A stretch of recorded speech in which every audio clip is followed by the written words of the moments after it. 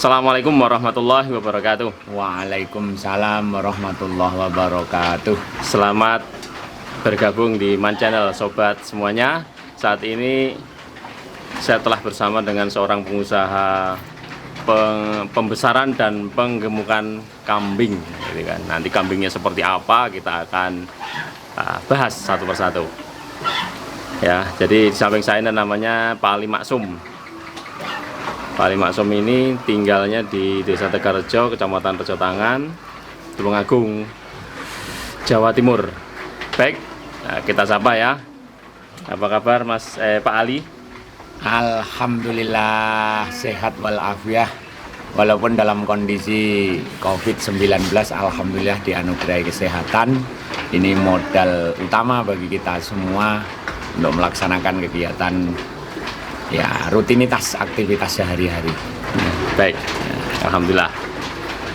Sehat merupakan harta yang paling besar, yang paling tinggi yang harus kita syukuri agar nanti terus ditambah itu sehat. Yang pertama Pak Ali, peternakan penggemukan kambing ya benar ya. Yang benar itu penyebutnya seperti apa nih? Penggemukan atau penggemukan kambing? Bukan pembesaran ya? Ya, penggemukan. Penggemukan kambing. Karena kalau penggemukan itu sifatnya dalam durasi bagaimana kita ngepus secepat-cepatnya gitu. dalam waktu sependek-pendeknya tapi bisa gemuk dagingnya, sesuai dengan dagingnya harapan. Tebal, dagingnya tebal gitu ya. Kalau pembesaran itu ya mulai dari bibit yang kecil kan kita piara sampai maksimal mungkin sampai bertahun-tahun sampai besar. Powel gitu ya. Sampai besarnya. Di sini hanya maksimal. Penggemukan. Baik, ini diberi nama apa Mas Pak Ali? Ini penggemukan kambing ini diberi nama apa? Ya, usahanya kami beri nama karena ini kita medianya adalah peternakan. Saya beri nama Ternak Jaya Tulungagung. Ternak Jaya. Ya, Ternak Jaya Tulungagung. Karena ini kita mengelola peternakan, saya beri imbuhan jaya, mudah-mudahan ini menginspirasi ya, bisa tidak hanya sekedar hiburan, tidak hanya sekedar ya bekerja, tapi kita di kemudian hari itu kita berharap ada target bahwa kita bisa mencapai puncak kejayaan. Jadi nama sekaligus ada doanya ya, ya. Semoga jaya, ya. Semoga jaya, betul. Jaya kan sama dengan sukses gitu kan. Baik. Terus kalau boleh tahu ini usaha penggemukan kambing ini dimulai sejak tahun berapa ini Pak? Saya mulai benar-benar mengelola itu ya kalau dihitung dari sekarang 2014 ya, kisaran 6 tahunan yang lalu. 6 tahun yang lalu. Iya. Dimulai dari langsung di tempat sini. Iya, sudah di sini juga. Tapi langsung ya, banyak gitu atau? Oh tidak, kita berawal dari ya kok seneng ya open hewan itu, akhirnya kita kelola bagaimana seneng hobi itu menjadi kita tumbuhkan menjadi peluang usaha yang bernilai bisnis yang kemudian bisa profit tentunya. Jadi kalau mungkin ada pertanyaan begini, kenapa memilih usaha penggemukan kambing? Jawabannya adalah karena yang pertama hobi. Betul ya, ini ya, hobi ya? Betul. Seneng sama hewan gitu. Iya, karena dulu sejak kecil saya ini ya lahir dari kalangan bawah. Kalau dengan bapak ibu saya dulu angon wedhus gitu. Kalau ayah angon wedhus istilahnya rojo koyo. Jadi karena hobi, karena hobi itu harus memang harus mencintai sepenuh hati, insya Allah akan sukses gitu. Betul. Terus yang kedua karena menganggap ini adalah bisnis yang profit gitu ya. Iya. Maksudnya secara ada marginnya menguntungkan lah ini ya. Iya, inspirasinya begini, kalau kita punya pengalaman ya jadi Damar Wulan, tukang ngarit. Ini kan bagaimana kita kembangkan. Saya terinspirasi dulu dengan Kanjeng Nabi Rasulullah Shallallahu Alaihi Wasallam. Dulu kan ketika beliau lahir yatim, kan ada sejarah itu beliau juga lahir dari seorang penggembala. Kalau dulu kita di sini itu kalau mau ngembala sudah susah, ini kita kelola, kita sistem, kita buatkan kandang. Ini ya kalau dulu di gembala ini kita piara di kotak-kotak, kita kelola secara koloni. Istilahnya ini ya titik akeh itbak rasul. Mudah-mudahan dapat berkah dari tuntunan kita, dari Kanjeng Nabi kita, ngoten ya.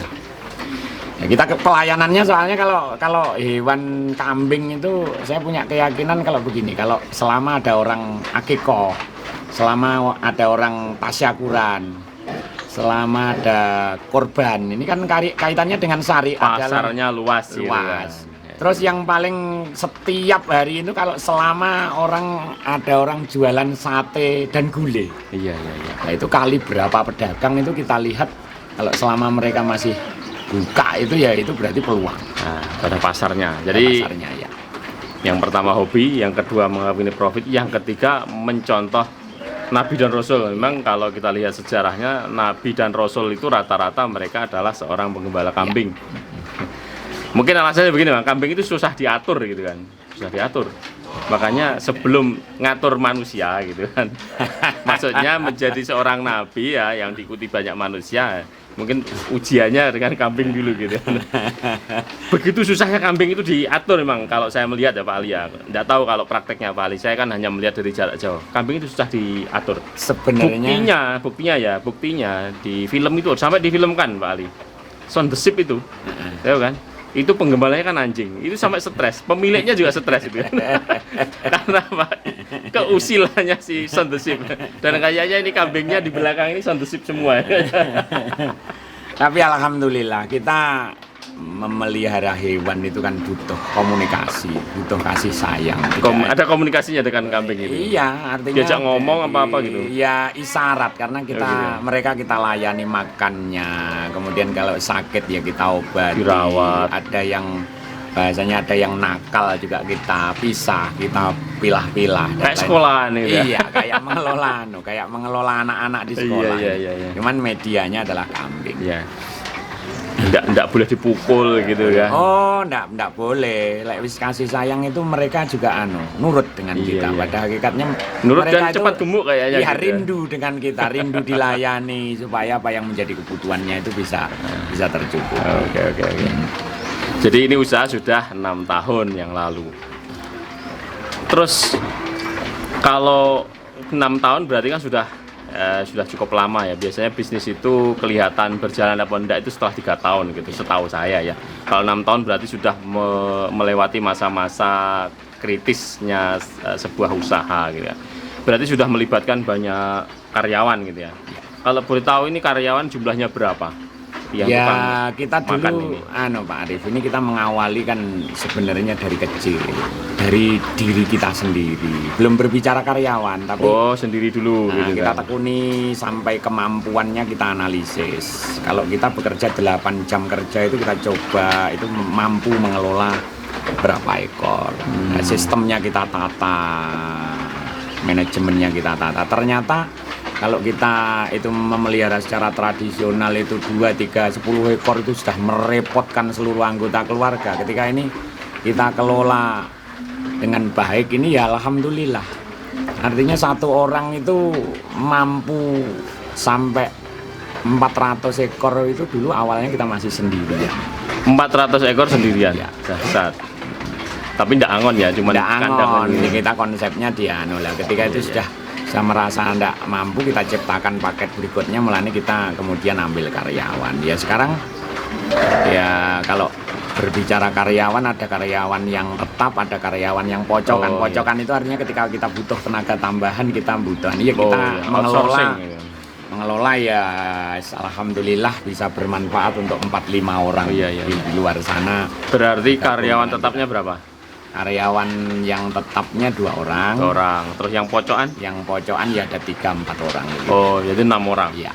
Berarti alhamdulillah 6 orang itu bukan 6 orang sebenarnya, kan di belakangnya ada keluarga gitu kan. Satu keluarga bisa 5 orang. Jadi intinya pengusaha itu adalah orientasinya adalah membantu sama. Kalau punya karyawan 5 saja berarti ada 5 keluarga. Iya enggak? Iya.